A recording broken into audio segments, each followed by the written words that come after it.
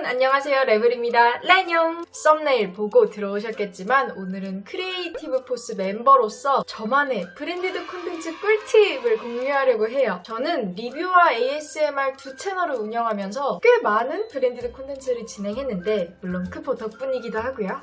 브랜디드를 처음 진행할 때 겪었던 어려움이나 실수들부터 브랜디드 콘텐츠를 진행할 때 무엇을 알아두면 좋은지 얘기해보려고 해요. 브랜디드 콘텐츠 잘 안 들어와요, 시작하고 싶어요, 시작하는 방법, 연락하고 싶은 업체가 있는데 어떻게 연락해야 될지 모르겠어요, 기업과의 소통 방법, 협의사항 등등 브랜디드 콘텐츠를 아직 한 번도 진행해보신 적이 없거나 얼른 진행해보고 싶으신 분들 도움되실 만한 내용이 있다면 얻어가시길 바라요. 자, 그러면 바로 시작해볼까요? 레고! 사실 처음 채널을 시작할 때는 브랜디드 콘텐츠가 잘 안 들어오죠. 연락이 안 와요. 이미 다른 채널에서 영향력을 갖고 있던 게 아닌 이상은 유튜브에서 채널의 인지도를 얻기까지 협찬이나 업체로부터의 연락이 거의 안 들어옵니다. 물론 저도 그랬고 사실 모두 마찬가지일 거예요. 업체에서 연락은 먼저 안 오지만 언제까지 기다릴 수만은 없다. 그러면 내가 먼저 물꼬를 터야 되는데요. 저는 이때 어떤 방법을 썼냐면 첫 번째, 인플루언서 마케팅 플랫폼을 활용하시는 거예요. 이런 마케팅 사이트는 많은 유튜버나 SNS 인플루언서들 정보를 받아서 풀을 꾸려뒀다가 업체에서 브랜디드 건을 의뢰를 하면 매칭을 시켜주거나 아니면 사이트에다가 올려두고 인플루언서가 직접 사이트에 올라와 있는 브랜디드 건을 보고 선택해서 뭐 진행 비용이라든가 기획안을 먼저 입력하고 제출을 해서 기업이 열람해서 보고 잘 맞는 인플루언서를 선택하는 방식인데요. 그러니까 채널 초기에 나에게 먼저 연락이 오지 않을 때 내가 먼저 나서서 내 존재를 알릴 수 있는 방법이죠. 그럼 그런 사이트는 어떻게 찾느냐? 사이트는 우선 다양한데요. 제가 특정 사이트를 콕콕 집어서 언급하기에는 조금 어려우니까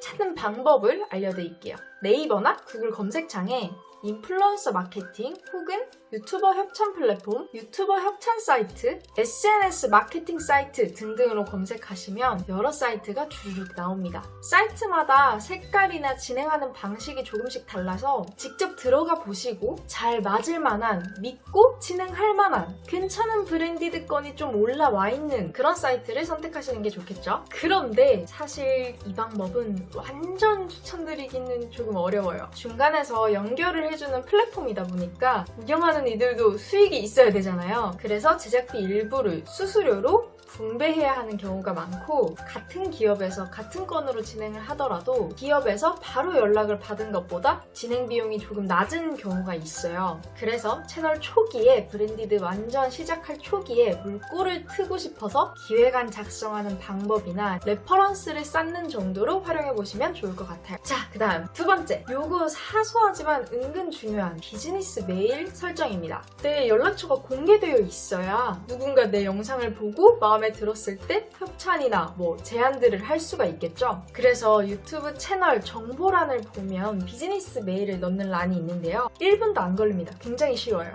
어떻게 하냐면 자, 유튜브에 들어간 다음 내 채널 정보 탭을 보면 여기 비즈니스 메일란이 있죠. 여기에 내 메일 주소가 보이게끔 설정하는 건데 상단 우측에 채널 맞춤 설정을 누르고 기본 설정에서 아래 연락처 정보란에 내가 제의받을 메일 주소를 입력하면 됩니다. SNS를 하신다면 바로 위에 링크 또한 채워두는 게 좋겠고요. 나에게 관심 있는 사람이 바로 연락할 수 있도록요. 자, 대망의 세 번째. 제 기준에서는 이게 가장 꿀팁이지 않을까 생각하는데요. 너무 같이 하고 싶은 브랜드가 있는데 나한테 먼저 제안이 오는 건 바라지도 않겠고 내가 먼저 얘기라도 꺼내보고 싶은데 연락처가 없다. 방법이 하나도 없다. 그럴 때 컨택 포인트를 수급하는 하나의 방법입니다. 이건 방법이라기보다는 해볼 수 있는 시도에 가까운데요. 바로 고객센터를 활용하시는 거예요. 하나밖에 없는 창구를 최대한 잘 활용을 해보자는 거죠. 보통의 기업들은 홈페이지 하단에 고객센터 번호를 공개하고 있죠. 그쪽으로 전화를 해서 마케팅 담당 부서 직통 연락처를 문의해 보셔도 되겠고 직접 연결해달라고 요청하실 수도 있고요. 좀 소규모 기업이거나 중간에서 유통만 담당하거나 해외에 본사가 있는 기업의 경우에는 마케팅 부서가 따로 없어서 문의하면 당황할 수도 있어요. 그러면 이때는 인플루언서 마케팅 건으로 제안을 드리려고 하는데 제안서나 레퍼런스를 보낼 메일 주소를 알려달라고 하고 메일을 넣고 확인차 전화를 다시 한번 해보는 겁니다. 자, 이 방법대로만 하면 원하는 기업이 어디든 무조건 함께 브랜디드 진행하실 수 있어요 라고 말하는 게 절대 아니에요. 어떻게든 연락 한번 제안 한번 해보고 싶다, 그런데 아무 방법도 없다 하실 때 써볼 수 있는 방법이라고 말씀드리는 거예요. 실제로 저는 이 방법으로 여러 번을 진행을 했었고, 물론 제안한 게 성사가 되려면 상대도 내가 하려고 하는 게 무엇인지 정확하게 알 수 있어야 되고, 또 서로에게 득이 되는 게 있어야 되기 때문에 레퍼런스나 경험을 어느 정도 쌓아두신 후에 이 방법을 활용해 보시는 게 더 좋을 것 같아요.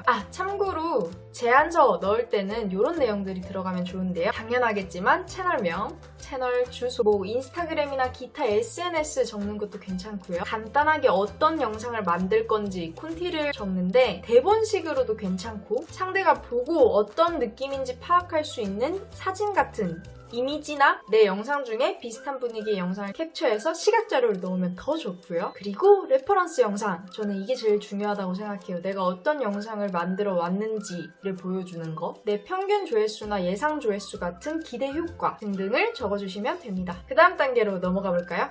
자, 이제 드디어 업체와 연락을 하게 됐어요. 먼저 연락이 왔든 내가 한 제안을 수락했든 이제 연락을 주고받으면서 성사시키고 원활히 진행을 해야 되잖아요. 이때 중요한 거, 브랜디드를 본격적으로 진행하시기 전에 분명하게 해둬야 하는 사항들이 몇 가지가 있어요. 물론 제 경험에 따른 이야기들입니다. 첫 번째는 제작 비용이랑 지급일입니다. 처음에 브랜디드를 진행하게 되면 들뜬 마음에 이 부분을 놓칠 수가 있어요. 뭐야, 나한테 제안이 들어온 것만으로도 황송하지 하면서 놓칠 수 있단 말이에요. 그런데 제작 비용을 지나치게 낮게 설정하면 나중에 내 채널이 조금 더 안정됐을 때 동일한 기업이나 비슷한 기업들과 함께 다시 브랜디드를 진행하게 됐을 때 조금 난처한 상황이 생길 수 있어요. 이 부분도 꼭 고려를 해서 제작 비용을 정하셨으면 좋겠고, 제작 비용이 분명해야 합니다. 브랜디드를 점차 시작을 하다 보면 수많은 제의 메일들이 오는데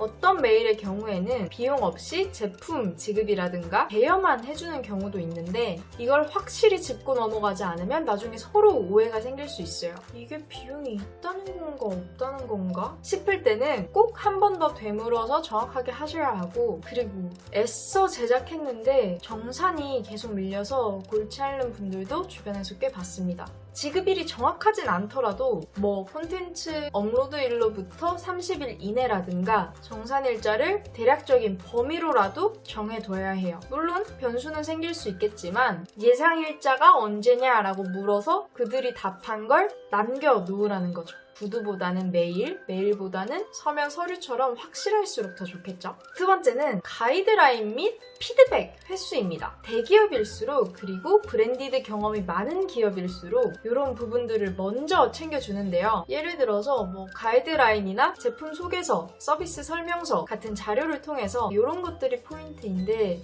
꼭 들어갔으면 좋겠다 하고 소급 포인트를 먼저 알려주는 곳이 있어요. 반면에 브랜디드 진행 경험이 좀 적은 업체는 그냥 처음에는 프리하게 진행을 했다가 나중에 영상을 다 마무리했는데 왜 이런 내용이 없냐, 이 내용은 빼달라 등등 수정 요구가 계속 이어지는 경우가 있어요. 그렇기 때문에 제작하기 전에 업체와 함께 제품이나 서비스에 대한 대화를 많이 해서 이해를 충분히 하셔야 되고, 그 소급 포인트를 파악을 먼저 하셔야 되고요. 그들이 먼저 얘기해주지 않았다면 내가 먼저 물어서 재차 확인해 볼 수 있는 거고, 피드백 횟수도 정해두시는 게 좋습니다. 예를 들어서 추가 촬영은 어렵고 자막과 컷 편집 범위 내에서 1회 수정 가능하다라는 식으로 범위까지 분명하게요. 물론 내가 실수를 했거나 오타를 한 부분은 제외를 해야겠죠, 이 상황에서. 또 사전에 영상에 촬영 들어가기 전에 기획 단계에서 텍스트와 이미지로 기획안을 최대한 디테일하게 서로 주고받아야 수정 횟수를 제한을 해도 서로가 만족할 수 있는 영상을 만들 수 있겠더라고요.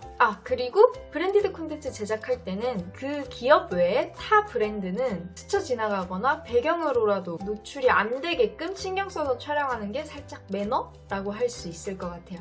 그 다음 세 번째는 2차 가공 및 마케팅 활용 허용 여부입니다. 예를 들어서 영상 제작을 다 완료한 후에 업체에서 요구해서 원본을 주면 업체는 자율적으로 원하는 플랫폼에 직접 홍보 목적으로 업로드할 수 있겠고 원하는 부분만 편집을 해서 2차 가공을 해서 쓸 수도 있겠죠. 근데 편집은 아시다시피 아 하나, 어 하나에도 크게 느낌이 달라질 수 있어서 내가 처음에 의도했던 영상과는 조금 다른 느낌의 영상이 그 업체 홍보 영상으로 계속 떠돌아다닐 수가 있는 거예요. 이게 싫다면 2차 가공은 불가하다고 분명히 얘기를 해야 되고 업체에서 유튜브에 업로드하는 것 외에도 영상을 마케팅 용도로 쓰고 싶다고 한다면 그에 대한 별도 비용을 받을지 그냥 무상으로 제공할지도 생각해 보셔야 합니다. 또 허용한다고 해도 그 형태가 영상 원본일지 링크만 인베디드에서 가져가는 형태인지 이것도 정하셔야 하고요. 그리고 허용한다고 해도 얼마간 게재하는 것을 허용할 것인지 그 기간도 정해두는 것이 좋습니다. 자, 이런 내용들은 물론 진행 이후에 얘기해도 되기야 하겠지만 그래도 진행 전에 분명하게 짚고 정리를 한 이후에 시작하는 게